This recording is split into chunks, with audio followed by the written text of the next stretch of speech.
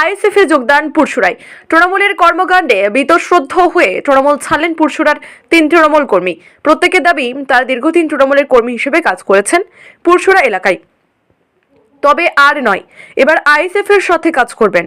তৃণমূল মানেই চোরের দল, ওই দলে কাজের থেকে ধমকানি চমকানি বেশি, দাঙ্গাবাজের দল তৃণমূল। এই দাবি নিয়েই তারকেশ্বরের চাপাডাঙ্গায় আইএসএফ সভায় আইএসএফ এর দলীয় পতাকা তুলে নিলেন ওই 3 তৃণমূল কর্মী। আইএসএফ হুগলি জেলার সভাপতি লক্ষ্মী হাঁসদা, তারকেশ্বর থানার ইনচার্জ বাবু মিত্তা ও পুরসুরার ইনচার্জ সিরাজুল ইসলামের হাত থেকে আইএসএফ এর পতাকা তুলে নিলেন এই তৃণমূলের যুবক। দেখুন কি বলছেন প্রত্যেকে। আজকে জয়েন করলেন আইএসএফে? হ্যাঁ, আইএসএফে জয়েন করলাম। কোন দল ছেড়ে? আমি টিএমসি ছিলাম। তৃণমূল? হ্যাঁ। কেন জয়েন করলেন?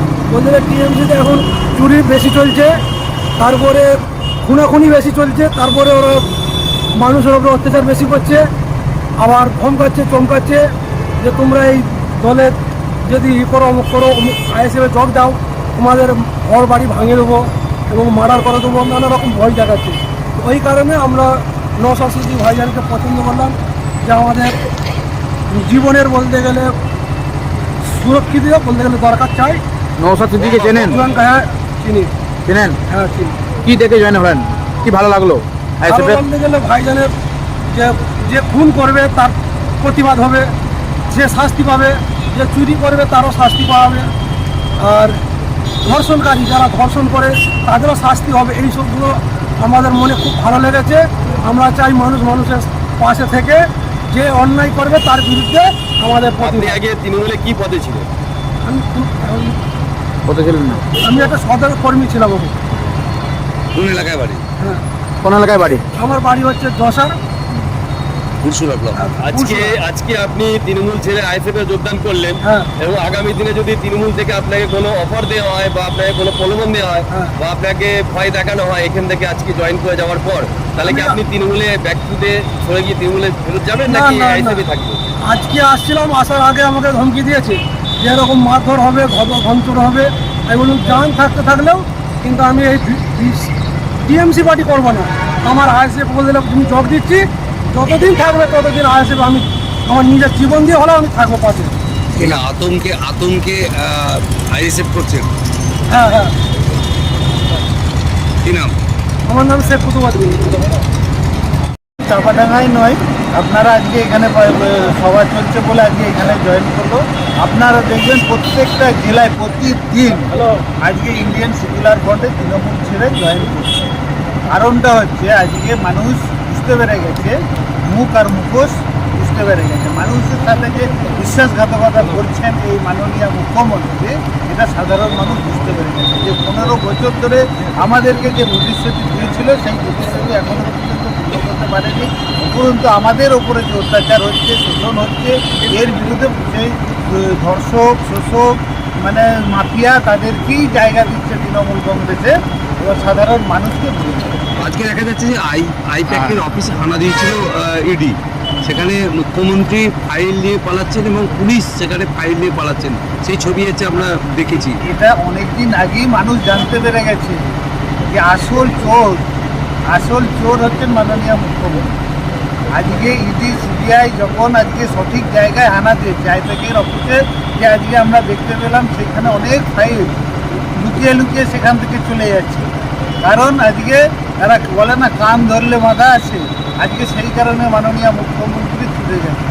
আর বেশি দেরি নয়, আজকে বাংলার মানুষের সামনে মুখোশ খুলে গেছে।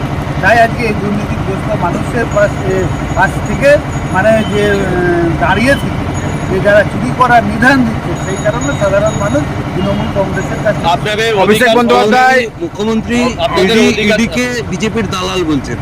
বলবে উনি তো যা ইচ্ছে তাই বলে, উনি ম্যাড হয়ে গেছেন এখন।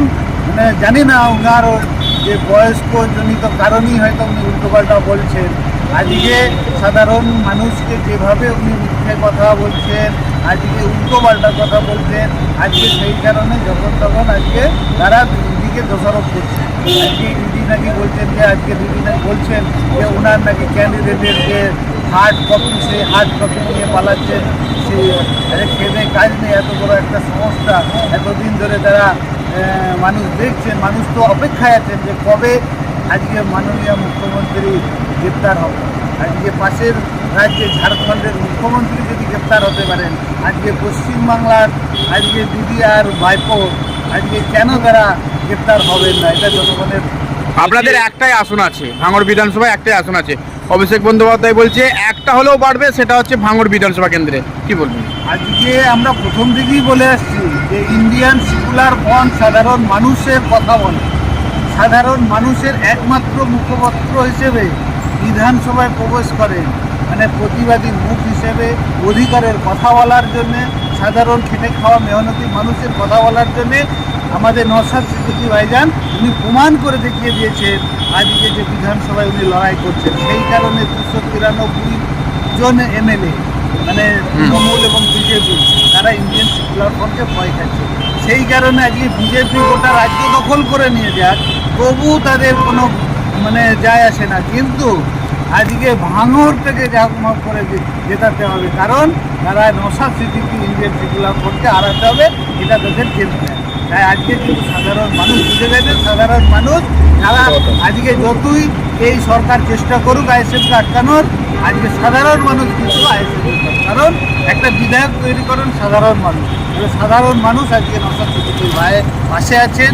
ওনার যে চিন্তাভাবনা, ওনার যে লড়াই, সেখানে চোখে চোখ রেখে লড়াই করছেন এবং যে সিট দ্বারা বিক্রি নেই উনি পরিষ্কারভাবে বলে দিয়েছেন। তো সেটার উপরে মানুষ আস্থা অর্জন করেছেন। তাই আমি বিগত 25 সালে